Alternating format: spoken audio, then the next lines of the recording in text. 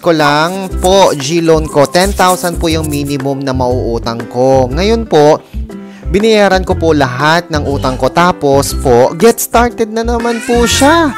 1,000 na lang po ang credit limit ko. Ayaw po yata ni GCash na bayaran po lahat ng lahat. Pero nag-text po siya sa akin na na-increase credit limit po ako ng 15,000. Ngayon, binayaran ko lahat ng utang ko. Eh, ang sabi po ni GCash, 1K lang daw po yung pwede kong mautang. Ganun po ba yun?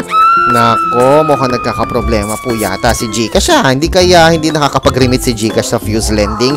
Again mga kaibigan, ang G-Loan po ay powered by Fuse Lending. Ang nagpapautang talaga sa atin ay si Fuse Lending. Okay?